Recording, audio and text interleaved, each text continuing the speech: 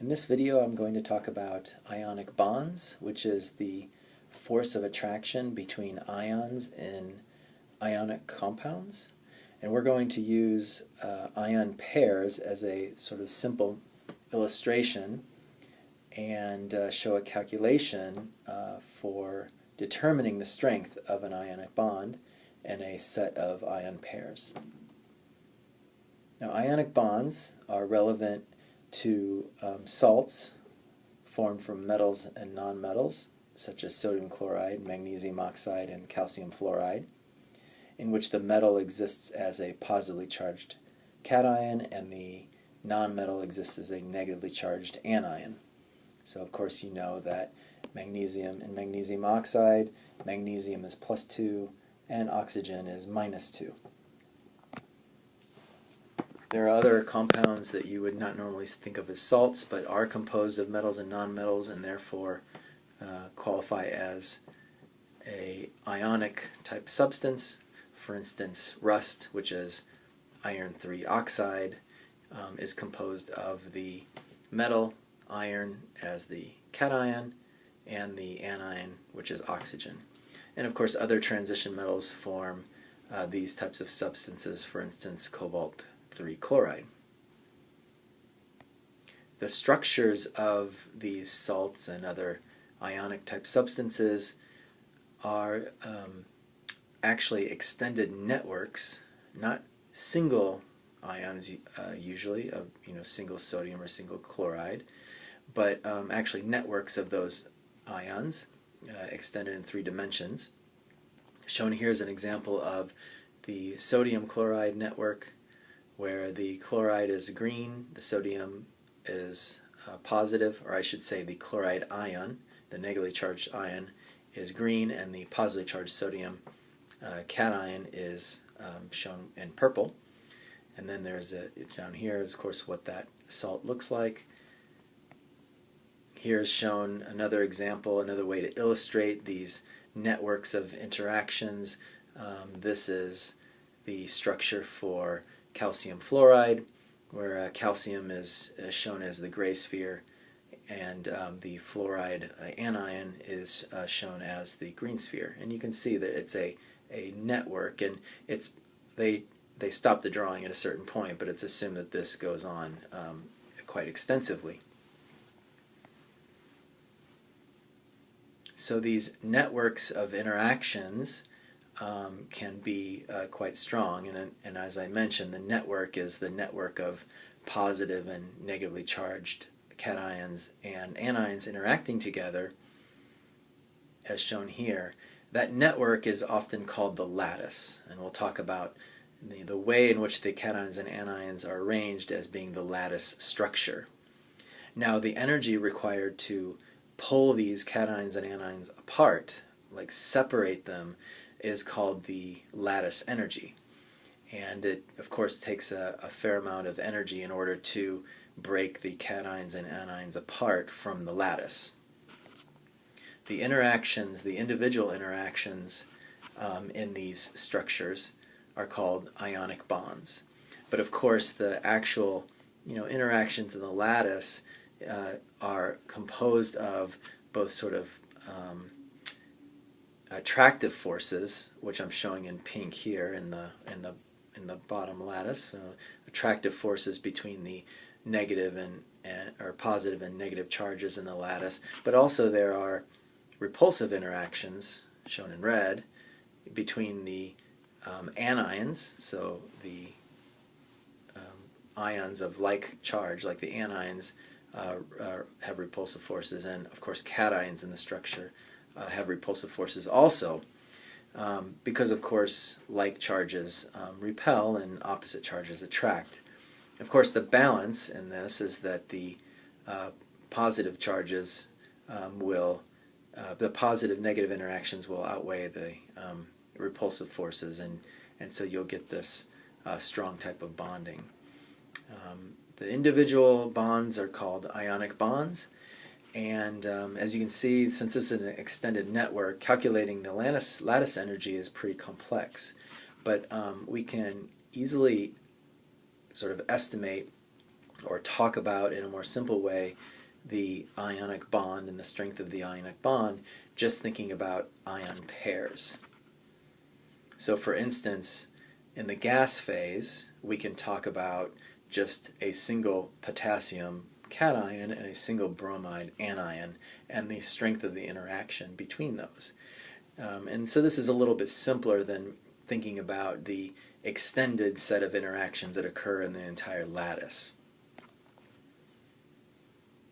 The strength of this attractive force between the positive and negative charges of the cation and the anion is governed by Coulomb's law, and that is that the energy of the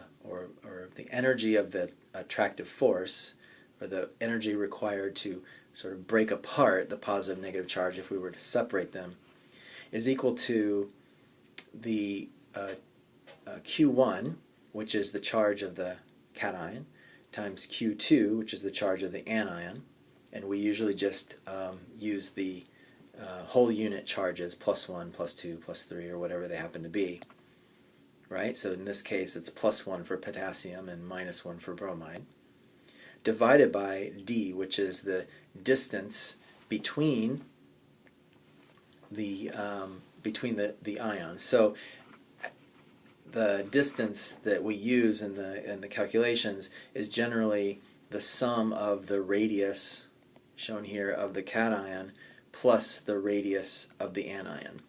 And so we basically take the distance as the distance between the centers of the cation and the anion, which is R plus R minus. And then this is all multiplied by a proportionality constant, K, which for the calculations that we will be doing, K has a value of 231 attajoules picometer. Of course, the proportionality constant will change depending on the type of units you're using for your charge and for your distance. But in this case, it's pretty simple to use this 231 attajoules picometer and use distance in picometers. Now, the actual stability of the ionic bond we can calculate with Coulomb's law, but the overall stability in actually taking the gaseous phase potassium and gaseous phase bromine and creating the ion pair is a little bit more interesting. So it's sort of like we're starting with the elements and going to this ion pair, this compound, and what's the overall energy for this process? Well, the overall energy for this whole process in forming the ion pair from its elements, okay, is going to be called, I'm just going to call it, for the sake of simplicity, energy for the ion pair formation. That energy is going to be dependent on the energy required to form the ions. So I have to take potassium, for instance, and remove an electron, right, to form the potassium plus that's in the ion pair. And so we'll think of that as like the first step in forming the ion pair. So taking gaseous potassium, removing an electron to form K+. The energy required for this step is ionization energy, and recall that ionization energy is always a positive value. It always requires energy to remove an electron from an atom, and that's because there's a strong attractive force between the electron, which is negatively charged, and the positive charge of the nucleus. We also have to add electron to form the anion of bromide. And so bromine plus an electron gives you bromide anion, negative charge. And the energy for this process is called electron affinity. Basically, how much energy is either given off or required in order to have this electron addition occur. Now, first electron affinities are usually negative. In other words, we get excess energy back from adding the electron. It is an energy liberating process, we'll say. And so the electron affinity for the first electron added is usually negative, as we add more electrons in, usually the second, third electron affinities become positive values. In other words, it's requiring energy to add more electrons, and that's because there's repulsion between the negative charge of the electron that we're adding in and the already negative charge of the anion. Okay, so these two represent the first steps that I need to accomplish in order to go from the gaseous states to forming the ion pairs. And then the last step is simply taking those two formed ions and bringing together as the ion pair, K plus Br minus in the gas phase to form the ion pair of potassium bromide. And I'm going to write E Coulomb, or E Coulombic energy. In other words, the energy that is required for this process, this step in the process, is governed by Coulomb's law, which we just talked about. Okay, so now, if we're going to go ahead and think about how these relate, right? These particular processes relate to the whole reaction, and how the energy of these processes are related to the energy for ion pair formation. We can see that, right, if I add these three equations, right, the potassium plus on the left-hand side and the right-hand side will cancel. In addition, the Br minus will cancel, and the electrons cancel out. There's one on the left-hand side and one on the right-hand side if I were to add these reactions up.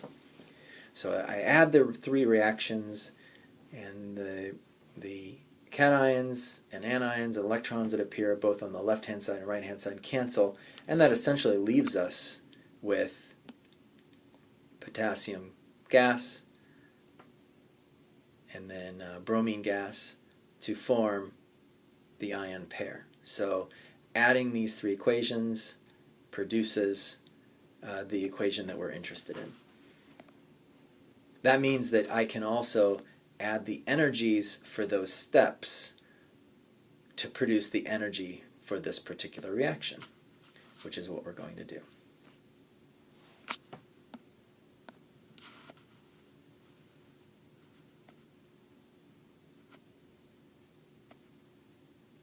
And there we go. So the energy for the ion pair formation from its elements, potassium and bromine, in the gaseous state will be equal to the ionization energy of the potassium plus the electron affinity for the bromine plus the Coulombic attractive force or ionic bond that is formed when I bring those two ions together. The ionization energy and electron affinity you will find in tables of data in your text, or they might possibly be given to you in the problem, or you can find them in other literature sources. The energy for the Coulombic attraction, the ionic bond, we will calculate using tables of data that have the distance or radii for the the separate ions. So we will look up the radius for the cation, the radius for the anion, add them to get the distance, separation distance between the cation and anion in the ion pair. And then, of course, the charges are known for different types of cations and anions, and then K is a constant which can be used. And so we can use all this data then to calculate the energy for the ion pair formation from the elements shown here. Whoops. Shown here.